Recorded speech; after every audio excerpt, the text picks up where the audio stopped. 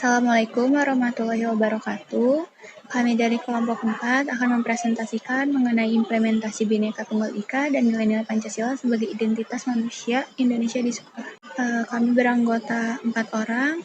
Saya sendiri Ailing Monika, kemudian ada rekan saya Hati Nur, rekan saya lainnya ada Sani Cynthia dan Siva Nurarjiza. Apa itu Bhinneka Tunggal Ika? Bhinneka Tunggal Ika merupakan semboyan nasional Indonesia. Bhinneka Tunggal Ika memiliki arti berbeda-beda tetapi tetap satu. Bhinneka Tunggal Ika merupakan suatu hal yang dapat mencerminkan Indonesia.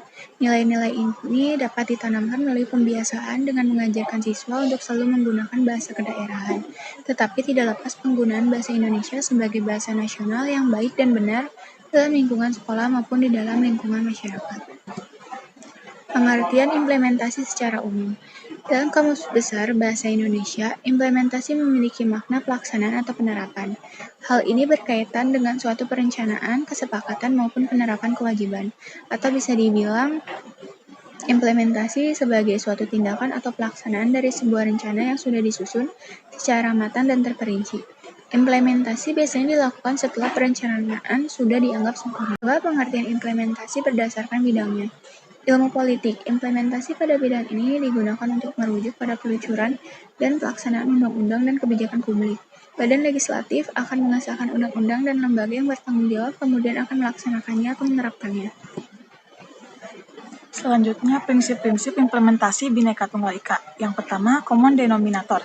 Terdapat 5 agama di Indonesia. Namun, sesuai dengan prinsip pertama Bhinneka Tunggal Ika, perbedaan dalam hal keagamaan haruslah dicari common denominatornya, atau dengan kata lain, menemukan persamaan dalam perbedaan, sehingga semua rakyat Indonesia dapat hidup rukun berdampingan. Sesuai keberagaman adat dan budaya tersebut, tetap diakui keabsahannya dengan segala perbedaan yang ada, tetap bersatu dalam Negara Kesatuan Republik Indonesia. Yang kedua, tidak sektarian dan inklusif. Tidak sektarian dan inklusif maksudnya dalam kehidupan berbangsa dan bernegara, setiap rakyat Indonesia tidak dibenarkan untuk menganggap bahwa diri atau kelompoknya sebagai yang paling benar dibanding orang atau kelompok lain. Yang ketiga, tidak formalistis. Bhinneka Tunggal Ika sifatnya universal dan menyeluruh. Hal ini dilandasi oleh adanya rasa cinta mencintai, rasa hormat menghormati, saling percaya mempercayai, dan saling rukun antar sesama. Dengan cara tersebutlah keanekaragaman kemudian dapat disatukan dalam bingkai keindonesiaan. Yang keempat, bersifat konvergen. Bersifat konvergen maksudnya segala keanekaragaman bukan untuk dibesar-besarkan, tetapi harus dicari titik temu yang dapat membuat segala kepentingan bertemu di tengah. Hal ini dapat dicapai jika terdapat sikap toleran, saling percaya, rukun, non-sektarian, dan inklusif di antara masyarakat. Yang kelima, ada pluralistik dan multikultural. Bhinneka Tunggal Ika mengandung nilai antara lain toleransi, inklusif, damai, dan kebersamaan serta setara. Saling menghormati antar agama, suku bangsa, menghargai hasil karya orang lain, bergotong royong membangun bangsa tanpa memandang perbedaan suku, budaya, dan agama, tidak saling membedakan bahkan mencaci karena hal ini dapat menimbulkan konflik serta menjadi sumber awal pemecah persatuan dan kesatuan bangsa. Yang keenam, ada semangat gotong royong. Semangat gotong royong tidak melulu tentang bahu-membahu membersihkan lingkungan atau menjaga keamanan lingkungan sekitar rumahmu, tapi juga pada semangat gotong royong dengan melawan hoaks atau berita bohong yang kini tersebar di mana-mana atas nama clickbait. Ciri implementasi Bhinneka Tunggal Ika. Yang pertama, adanya persamaan dan kewajiban bagi setiap warga negara. Yang kedua, tidak ada rasialisme, yaitu paham yang menganggap ras atau sukunya paling unggul. Yang ketiga, tumbuh dan berkembangnya sikap golongan sendiri dan membenci golongan lain atau perbedaan warna kulit. Yang keempat, tidak adanya sikap diskriminasi, yaitu membedakan manusia dalam kehidupan bermasyarakat, berbangsa, dan bernegara. Dan yang kelima, terbinanya sikap saling menghormati antar warga. Implementasi nilai-nilai kebangsaan bersumber dari Bhinneka Tunggal Ika. Pada hakikatnya, sesanti Bhinneka Tunggal Ika yang diterjemahkan sebagai berbeda-beda tetapi satu atau sering dikatakan walaupun berbeda-beda namun tetap satu adanya, mengandung makna filosofi yang amat dalam. Hal tersebut menunjuk pada kesadaran yang amat tinggi terhadap hakikat hidup manusia sebagai salah satu atau hanya bagian kecil saja dari kesemestaan ciptaan Tuhan. Sebagai masyarakat yang religius, kita mengakui bahwa Tuhan adalah yang Maha Kuasa menciptakan alam seisinya yang berbeda-beda sebagai awal atau hulu. Tetapi keseluruhan yang berbeda-beda itu tetap sebagai satu ciptaan yang harus membaktikan dirinya atau seluruh hidupnya kepada Tuhan sebagai akhir atau muara. Implementasi nilai toleransi. kaidah nilai toleransi dalam berbagai kitab suci. Dalam prediksi bahwa 64% total populasi Indonesia merupakan penduduk usia produktif, maka sikap toleran akan menjadi sangat penting dikuatkan sebagai salah satu kemampuan interpersonal skill generasi emas yang akan berkompetisi dengan manusia dari berbagai belahan dunia lainnya secara terbuka. Toleransi dalam konteks kebinekaan dapat dimaknai sifat atau sikap toleran. 2.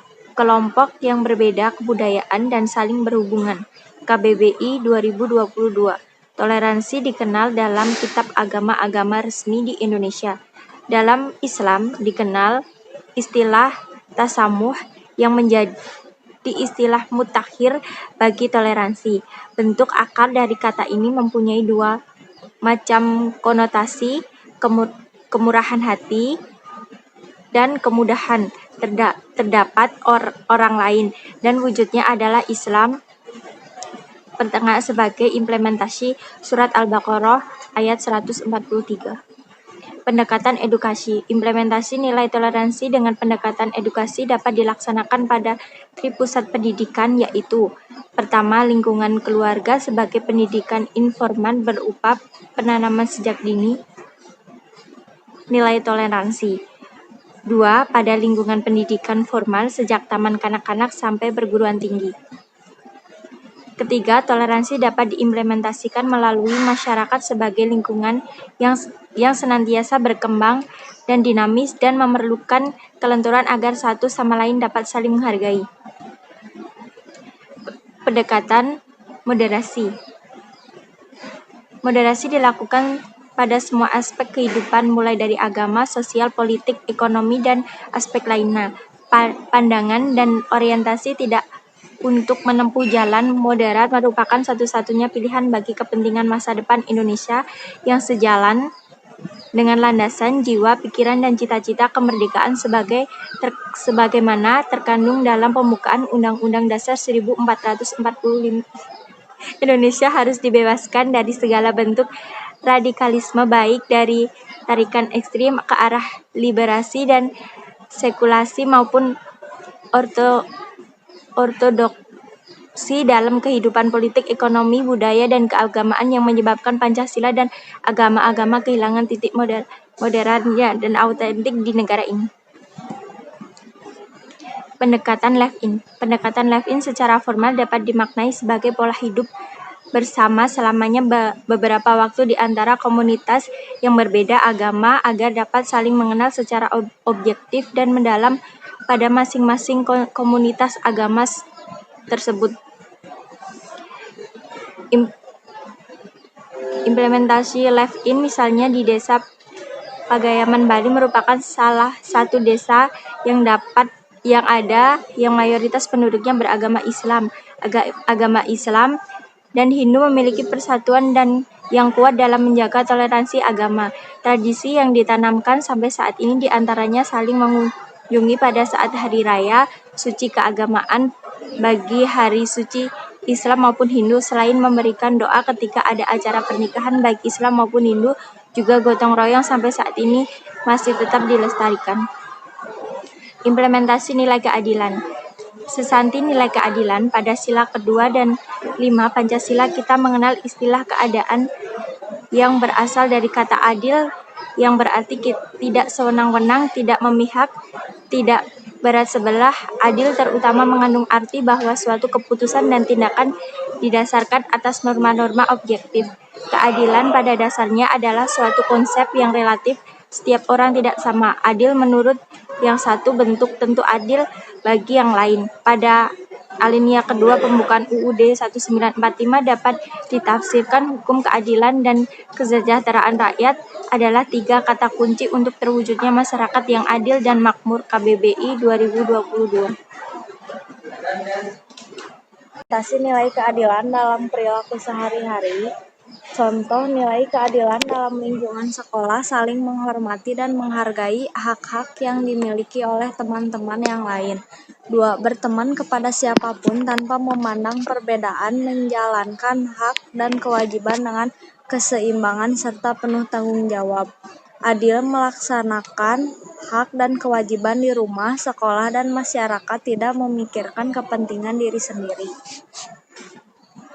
Implementasi nilai keadilan melalui literasi digital pada era digital saat ini, salah satu implementasi nilai keadilan antara lain Utomo dan Prayogi 2021.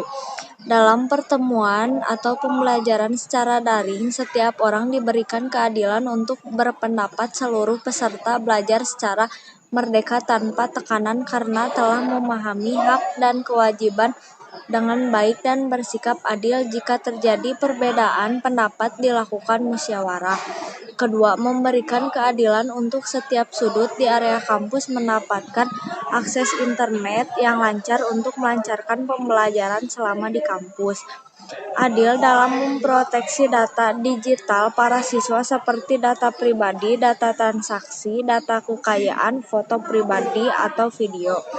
Memberikan keadilan dalam kebebasan untuk berekspresi seperti membuat status atau konten, serta adil dalam penegakan hukum dalam mengontrol kebebasan berekspresi di dunia maya. Implementasi nilai gotong royong. Nilai gotong royong sebagai kearifan lokal dan budaya Indonesia. Nilai budaya yang berada pada hampir seluruh masyarakat dalam suatu negara akan terlihat pada identitas nasionalnya. Identitas nasional bersifat dinamis dan selalu terbuka untuk diberikan makna baru agar tetap relevan dan fungsional dalam kondisi terkini dari masyarakat. Identitas nasional secara etimologis berasal dari kata identitas dan nasional. Salah satu nilai yang terkandung dalam Pancasila adalah budaya gotong royong yang mengandung makna solidaritas, kebersamaan, dan tolong-menolong. Marhat 2021. Langkah-langkah implementasi nilai gotong royong bagi Indonesia Emas. Implementasi nilai gotong royong melalui satuan pendidikan. Pada satuan pendidikan, implementasi nilai gotong royong dalam mewujudkan pelajar Pancasila. Persiapan generasi emas dimulai dari lingkungan sekolah. Guru sebagai pendidik yang akan mengantarkan anak bangsa menjadi pimpinan dan negerinya sendiri pada tahun 2045.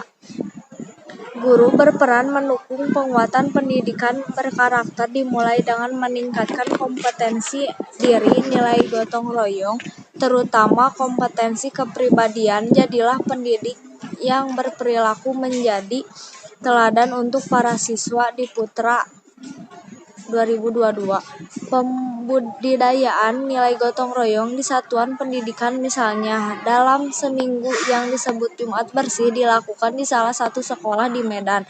Dengan membiasakan kegiatan ini, lingkungan sekitar akan lebih bersih dan terhindar dari berbagai penyakit yang bisa mengancam siswa dan warga sekolah. Gotong royong melalui transformasi digital. Gotong royong yang merupakan kearifan lokal diduga mulai berkurang bahkan hilang di daerah-daerah karena sifat individualisme terbangun dalam era globalisasi dan era digital. Hayati dan Dewantara 2018. Menurut Bakti Utama 2020, di era digital nilai gotong royong tidak meluntur namun justru menguatkan dan meluas pada revolusi industri 4.0 melalui Internet of Things, yaitu dengan teknologi digital. Perkembangan transformasi gotong royong digital ini dapat dilihat dari 3 hal penting, yaitu aktivitas sosial, platform, dan digunakan untuk menggalang dukungan. Dan aktor yang melakukan aktivitas sosial yang dilakukan dalam gotong royong dapat berupa bantuan moral, spiritual, namun materi gotong royong melalui bantuan moral. Presentasi dari kami, maaf apabila ada kesalahan. Terima kasih.